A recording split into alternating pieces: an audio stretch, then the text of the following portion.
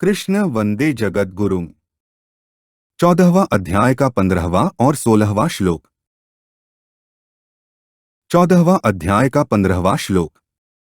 रजसी प्रलयं गत्वा कर्मसंगिषु जायते तथा प्रलीनस्तमसी मूढ़योनिषु जायते। ऊपर कहे गए श्लोकों का अर्थ है, रजोगुण के बढ़ने पर मरने वाला प्राणी मनुष्य योनि में जन्म लेता है तथा तमोगुण के बढ़ने पर मरने वाला मूढ़ योनियों में जन्म लेता है। रजसी प्रलयं गत्वा कर्मसंगिषु जायते का अर्थ है, अंतस्मय में जिस किसी भी मनुष्य में जिस किसी कारण से रजोगुण की लोभ प्रवृत्ति, अशांति, स्पृहा आदि वृत्तियां बढ़ जाती हैं और उसी वृत्ति के चिंतन में उसका शरीर छूट जाता है, तो वह मृतात्मा प्राणी कर्मों में आसक्ति रखने वाले मनुष्यों में जन्म लेता है।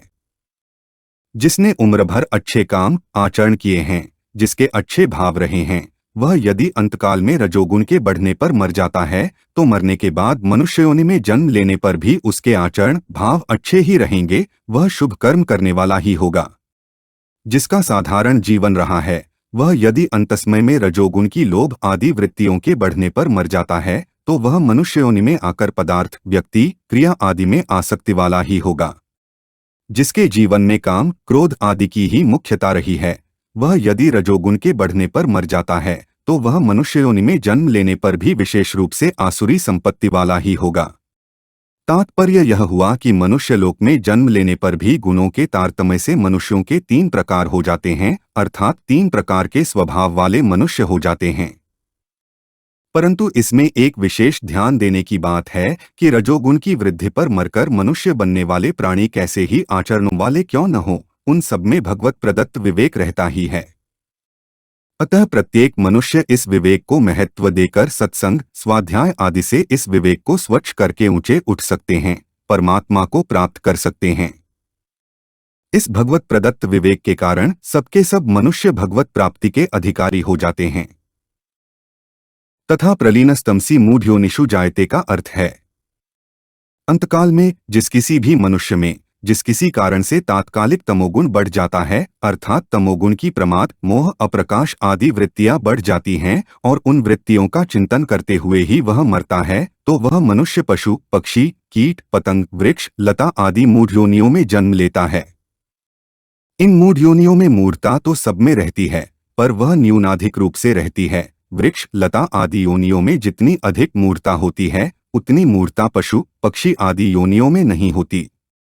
अच्छे काम करने वाला मनुष्य यदि अंतस्मय में तमोगुण की तात्कालिक वृत्ति के बढ़ने पर मरकर मूढ़ योनियों में भी चला जाए तो वहां भी उसके गुण आचरण अच्छे ही होंगे, उसका स्वभाव अच्छे काम करने का ही होगा। जैसे भरत मुनि का अंतस्मय में तमोगुण की वृत्ति में अर्थात हरिण के चिंतन में शरीर छूटा तो वे मूढ़ योनि वाले हरिण बन गए, परंतु उनका मनुष्य जन्म में किया हुआ त्याग तब हरिण के जन्म में भी वैसा ही बना रहा। वे हरिण योनि में भी अपनी माता के साथ नहीं रहे, हरे पत्ते न खाकर सूखे पत्ते ही खाते रहे आदि। ऐसी सावधानी मनुष्यों में भी बहुत कम होती है, जो कि भरत मुनि की हरिण जन्म में थी। 14वां अध्याय का 16वां श्लोक।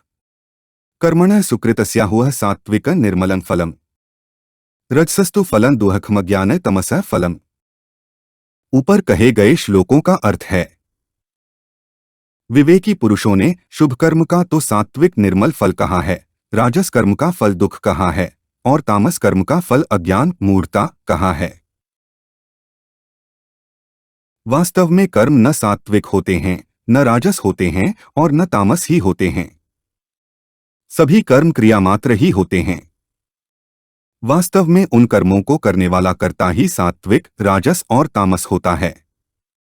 सात्विक कर्ता के द्वारा किया हुआ कर्म सात्विक, राजस कर्ता के द्वारा किया हुआ कर्म राजस और तामस कर्ता के द्वारा किया हुआ कर्म तामस कहा जाता है। कर्मणः सुकृतस्याहुः सात्विकं निर्मलं फलम का अर्थ है, सत्वगुण का स्वरूप निर्मल, स्वच्छ, निर्विकार है। अतः सत्वगुण वाला कर्ता जो कर्म करेगा वह कर्म सात्विक ही होगा, क्योंकि कर्म कर्ता का ही रूप होता है। इस सात्विक कर्म के फल रूप में जो परिस्थिति बनेगी वह भी वैसे ही शुद्ध, निर्मल, सुखदायी होगी। फलेच्छारहित होकर कर्म करने पर भी जब तक सत्वगुण के साथ कर्ता का संबंध रहता है, तब तक उसकी सात्विक कर्ता संज्ञा होती है और तभी तक उसके कर्मों का फल बनता है।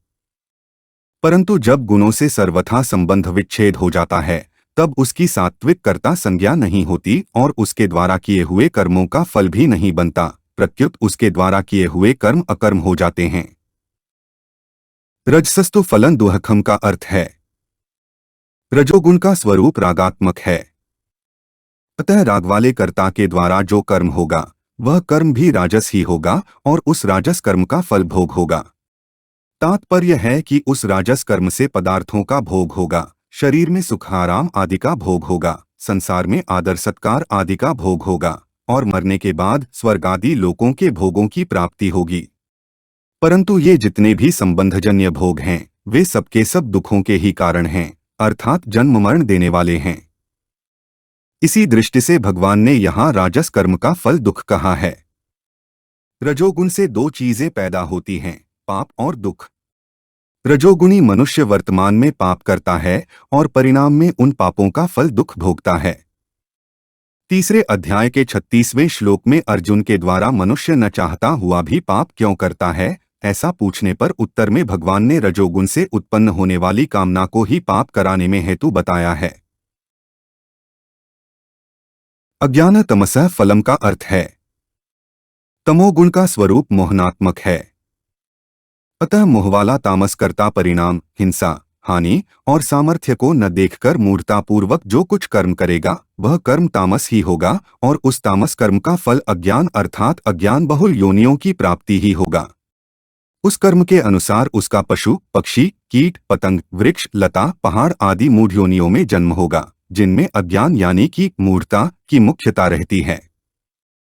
इस श्लोक का निष्कर्ष यह निकला कि सात्विक पुरुष के सामने कैसी परिस्थिति आ जाए पर उसमें उसको दुख नहीं हो सकता। राजस पुरुष के सामने कैसी ही परिस्थिति आ जाए पर उसमें उसको सुख नहीं हो सकता। तामस पुरुष के सामने कैसी ही परिस्थिति आ जाए पर उसमें उसका विवेक जागृत नहीं हो सकता, प्रत्युत उसमें उसकी मूढ़ता ही रहेगी।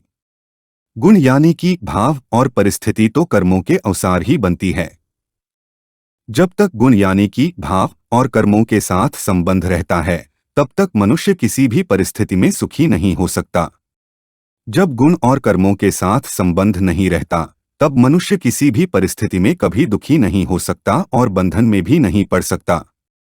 जन्म के होने में अंतकालीन चिंतन ही मुख्य होता है और अंतकालीन चिंतन के मूल में गुणों का बढ़ना होता है तथा गुणों का बढ़ना कर्मों के अनुसार होता है।